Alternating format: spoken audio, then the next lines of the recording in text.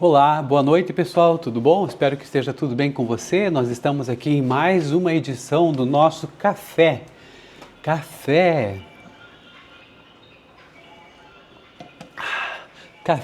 com Jesus. E vamos aqui então começar hoje a leitura de Gênesis capítulo 5 e depois reflexão. Olha só, queria mostrar para vocês, hoje nós tivemos então uma reunião dos professores lá na Uninter e olha só que eu ganhei da coordenadora adjunta, da professora Sandra, olha só que beleza. Fiquei muito feliz com a camiseta. Tem também uma camisa polo, que também com o mesmo motivo, Ciências da Religião. Para quem não sabe, eu dou aula dessa disciplina. Eu sou muito feliz porque tenho sido muito abençoado. Obrigado então, professora Sandra, que me deu essa camiseta de bom grado e eu recebo ela de bom grado também. E fico muito feliz, então, queria compartilhar com você que sempre está com a gente aqui, essa alegria, né? Alegria, as coisas simples é que fazem a diferença. Então, continue com a gente, vamos em frente agora, né? Depois desse agradecimento expresso. Então, vamos ler agora Gênesis capítulo 5 e acompanhe a leitura e depois nós vamos fazer uma pequena reflexão sobre isso. Gênesis 5, a descendência de Adão. Esse é o registro da descendência de Adão. Quando Deus criou o homem, à semelhança de Deus o fez, homem e mulher os criou. Quando foram criados, ele os abençoou e os chamou homem. Aos 130 anos, Adão gerou um filho à sua semelhança, conforme a sua imagem, e deu-lhe o nome de Sete. Depois que gerou Sete, Adão viveu 800 anos e gerou outros filhos e filhas. Viveu ao todo 930 anos e morreu. Aos 105 anos, Sete gerou Enos. Depois que gerou Enos, Sete viveu 807 anos e gerou outros filhos e filhas. Viveu ao todo 912 anos e morreu. Aos 90 anos, Enos gerou Cainã. Depois que gerou Cainã, Enos viveu 815 anos e gerou outros filhos e filhas. Viveu ao todo 905 anos e morreu. Aos 70 anos, Cainã gerou Maalalel. Depois que gerou Maalalel, Cainã viveu 840 anos e gerou outros filhos e filhas. Viveu ao todo 910 anos e morreu. Aos 65 anos, Maalaleel gerou Jared. Depois que gerou Jared, Maalaleel viveu 830 anos e gerou outros filhos e filhas. Viveu ao todo 895 anos e morreu. Aos 162 anos, Jared gerou Enoque. Depois que gerou Enoque, Jared viveu 800 anos e gerou outros filhos e filhas. Viveu ao todo 962 anos e morreu. Aos 65 anos, Enoque gerou Matusalém. Depois que gerou Matusalém, Enoque andou com Deus 300 anos e gerou outros filhos e filhas. Viveu ao todo 365 anos. Enoque andou com Deus e já não foi encontrado, pois Deus o havia arrebatado. Aos 187 anos, Matusalém gerou Lameque.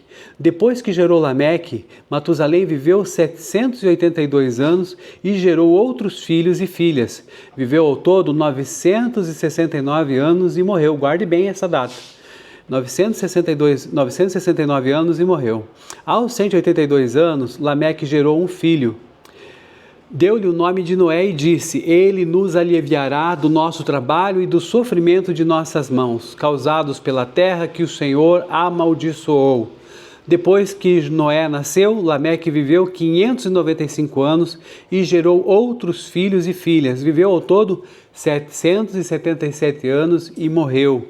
Aos 500 anos, Noé tinha gerado Sem, Cã e Jafé. Senhor Deus, ensina a Tua palavra a nós, Pai, nos dá força e ânimo para compreendermos e discernimento também do Teu Santo Espírito para a leitura que nós fizemos aqui em Gênesis 5 e agora para essa reflexão. Senhor, nos abençoe e nos dá a Tua paz, em nome de Jesus. Amém. Amém. Gente, Gênesis 5 é um capítulo de transição fundamental, então, na narrativa bíblica. Conecta a criação da humanidade ao evento do dilúvio. E ele apresenta o que? Aqui a genealogia de Sete, destacando a linhagem da promessa em contraste com a linhagem de Caim que nós lemos anteriormente. Começamos ali, então, dos versículos 1 e 2, a gente vai perceber que o capítulo inicia inicia reafirmando ali a criação divina. Diferente da descendência de Caim, essa linhagem é introduzida com a recordação de que Deus criou o homem à sua imagem e semelhança. Deus criou o ser humano à sua imagem e semelhança. E a bênção original é de que ele os abençoou e os chamou homem ou humanidade, como você queira. Depois nós temos ali nos capítulos que seguem, né, a questão da estrutura do capítulo. Então ela segue agora, a partir daí, um padrão literário com certo ritmo para enfatizar ali as passagens do tempo e a realidade, infelizmente, da morte, da mortalidade.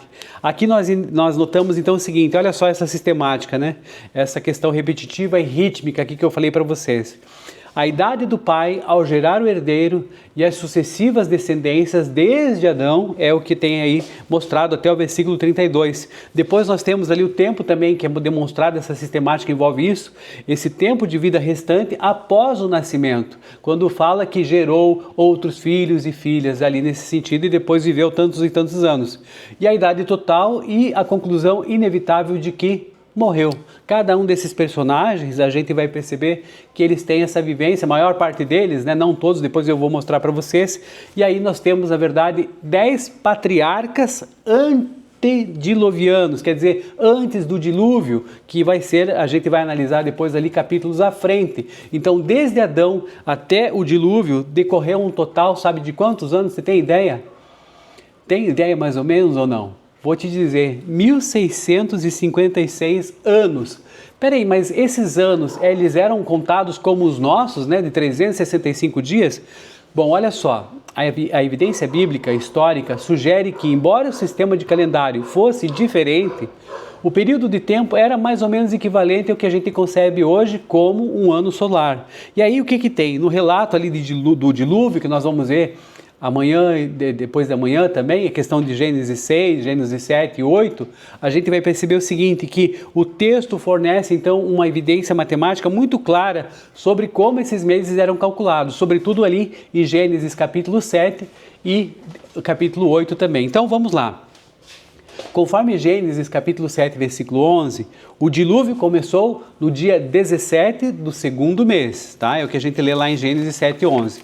Depois nós vamos ver aqui que as águas prevaleceram, né? E a arca repousou no dia 17 do sétimo mês, conforme Gênesis capítulo 8, versículo 4. Nós vamos ver adiante ainda. De qualquer maneira, o texto afirma explicitamente que esse período de exatos 5 meses correspondeu a 150 dias. Você pode conferir isso lá em Gênesis capítulo 7, versículo 24, Gênesis 7, 24 e Gênesis capítulo 8, versículo 3 também. Então, se 5 meses são equivalentes aqui, mais ou menos 150 dias, o mês tinha exatamente 30 dias ali para esse pessoal. Logo, um ano ali padrão tinha 360 dias. O que acontece? Tinha que ter ali um ajuste solar.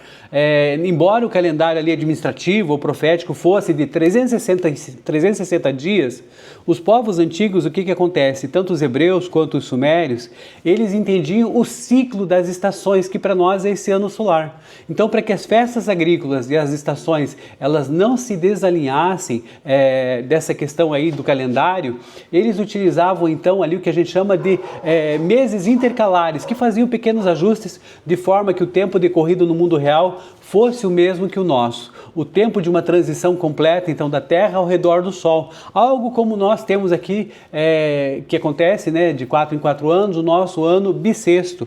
Então, a resposta foram 1656 anos, eram anos solares, que eram com base no ciclo das estações, organizados em meses de 30 dias, e que totalizam uma contagem, então, de tempo muito próxima à nossa atual. Então, essa mensagem que tem aqui em Gênesis, que a gente está lendo, Gênesis 5, pode considerá-la mais ou menos parecida como o nosso tempo, nosso calendário. Então, 1656 anos, são anos pra caramba, né?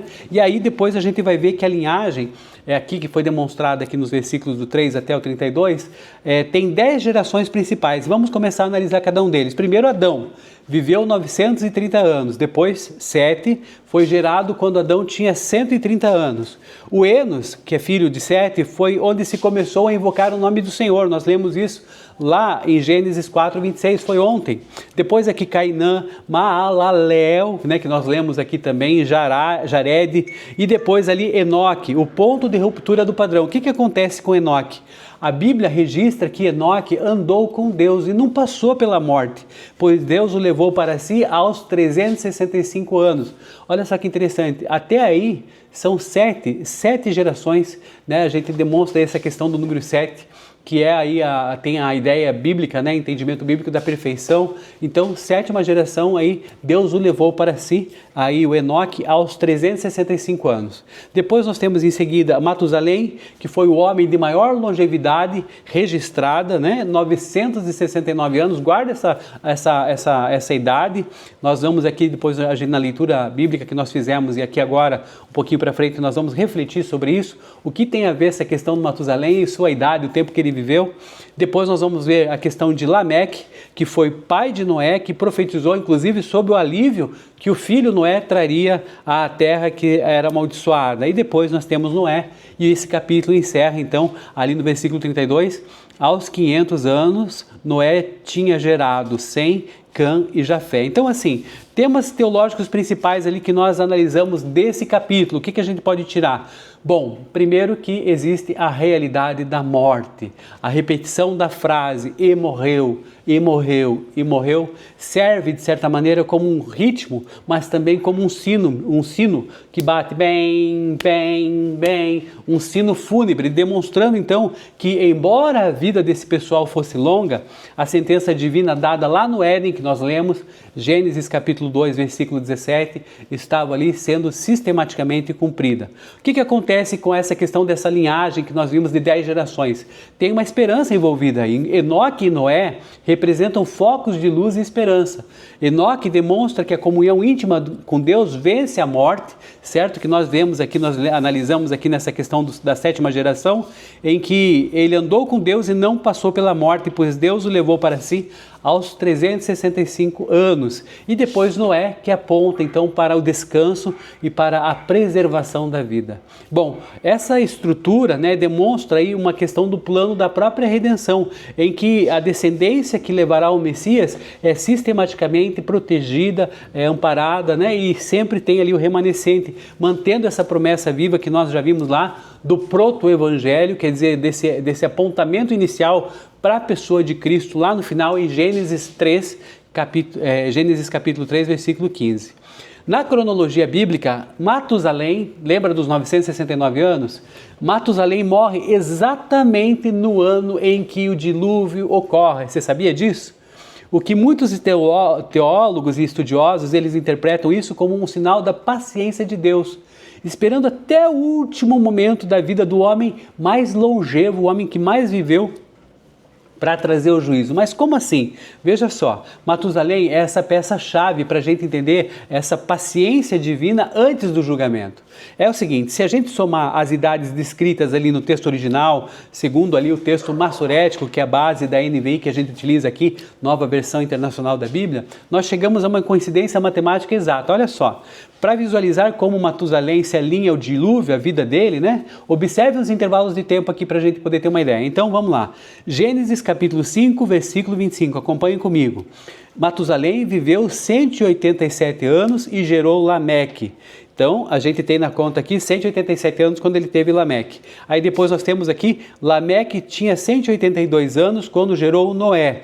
Então, nesse caso aqui, nós vamos ver que, somando a idade de 187 anos, depois ali da questão do filho de Matusalém, 182, dá aí 369 mais ou menos. E aí depois nós vamos ver que Noé, ali conforme Gênesis capítulo 7, versículo 6, Noé tinha 600 anos quando o dilúvio veio sobre a terra. Aí então, por aí nós podemos entender o quê? Que a partir de Matusalém, a soma do tempo do seu nascimento até o dilúvio são exatos 969 anos. Por quê? Porque lá em Gênesis 6 está escrito assim, Noé tinha 600 anos de idade, que nós somamos aqui então com aqueles 369 anos, quando as águas do dilúvio vieram sobre a terra. Somando tudo isso, então nós temos 969 anos, que finda exatamente a vida de Matusalém. Então, o que acontece? Matusalém morreu com 969 anos, biblicamente comprovado, como nós temos visto aqui nas várias passagens que eu mencionei a vocês,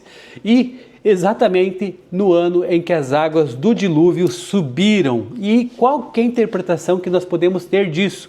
Qual que é esse significado teológico e profético? Bom, tem duas interpretações, vou trazer as duas aqui para seu conhecimento. Primeiro, o prenúncio do nome. Muitos estudiosos de línguas semíticas daquela época sugerem, né, que o nome Matusalém, de Matuselach, pode ser traduzido quando ele morrer, enviará.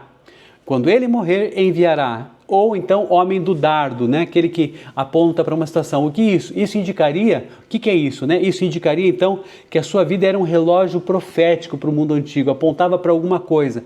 Quando ele morrer, enviará. Então tinha essa menção aí com relação ao prenúncio do nome Matusalém ou Matuselach, como a gente leu aqui para você na língua original. E depois nós temos um segundo momento de interpretação, que é justamente sobre a paciência de Deus. O fato de Matusalém ser o homem que mais tempo viveu na história bíblica, ele é visto como uma evidência da misericórdia do Senhor Deus. Ele estendeu essa vida do patriarca até o limite máximo, adiando o juízo para que a humanidade tivesse todas as oportunidades de arrependimento, como se a vida dele fosse prolongada, a paciência de Deus ali caminhando, né? Ele sendo esse longevo aí patriarca que sua morte culminou com a subida das águas do dilúvio. E aí nós temos a questão, dentro dessa estrutura de 10 gerações, como eu já falei, dois personagens quebram o padrão fúnebre, aqui o padrão de morte, aquele e morreu, e morreu, e morreu. E a gente percebe aqui que Enoque era a 7ª geração e ele não morre. O texto vai dizer o quê? Que ele andou com Deus, como eu já falei a vocês. E na estrutura de Gênesis, Enoque serve como um sinal de que essa morte não tem a palavra final para aqueles que buscam a Deus com integridade. O símbolo da perfeição, a 7ª geração, número 7, tem também a questão da integridade e da vida eterna, sem passar pela morte. Depois nós temos Noé, ali a 10ª geração, que Noé, o significado dele é consolo ou descanso, e o texto então expande essa sua genealogia para explicar que ele traria alívio do trabalho penoso causado pela maldição da terra, conforme nós lemos lá em Gênesis 5, 29, e antecipa o seu papel como segundo Adão após o dilúvio. Então essa é a nossa conversa hoje sobre Gênesis 5. E qual que é o nosso desafio? Qual que é a grande lição para nós? É o chamado para nossa fidelidade na nossa rotina. Em meio a uma lista de nomes que aparecem, né? Nasceu, gerou filhos e morreu. Nasceu, gerou filhos e morreu. Nasceu, gerou filhos e morreu. Destaca-se quem que a gente pode tirar aqui? Enoque. Rompeu com essa monotonia ao andar com Deus. Isso o que faz para a gente? Um desafio para que nós percebamos que a nossa vida espiritual não depende de eventos extraordinários, mas sim da constância da nossa comunhão diária com esse Deus, mas do nosso caminhar. E o Criador, e quando a gente cumpre essas responsabilidades para familiares e profissionais e caminha com Ele, a gente tem esse interesse, né, de caminhar junto e seguir firme para que nós aí vençamos essa questão da nossa fidelidade na rotina, ainda que a gente viva os dias normais. E qual que é o desafio então para nós?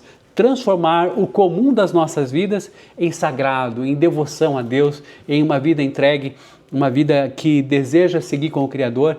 E assim como a genealogia preservou essa linhagem da promessa através de séculos e séculos, inclusive de anonimatos, né? Pessoas que a gente não tem muito esclarecimento deles aqui, como nós vimos aqui depois, ali a gente tem o Maalalel, o Cainã e o Jared, que também muito pouco se fala deles. Mas o que acontece? Mesmo com as nossas pequenas disciplinas de hoje, que, né, passam até muitas vezes no anonimato, como por exemplo, estar presente ali a Deus orando diariamente, ou a integridade no trabalho, o que acontece? Nós temos esses elos, isso são elos que sustentam o propósito de Deus na nossa geração. Então, não subestime a importância de uma vida comum que você vive intimamente na presença de Deus.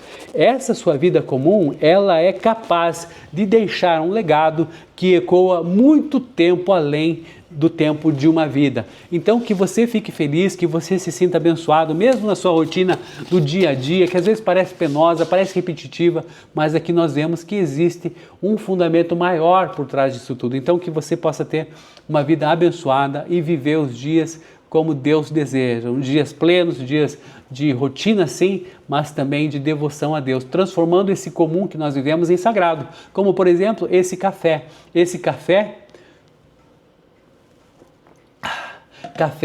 com Jesus, que é muito gostoso. E aí esse bate-papo eu encerro ele por aqui, espero que eu veja você nas próximas vezes que a gente se falar. Um abraço e fique com Deus, a paz.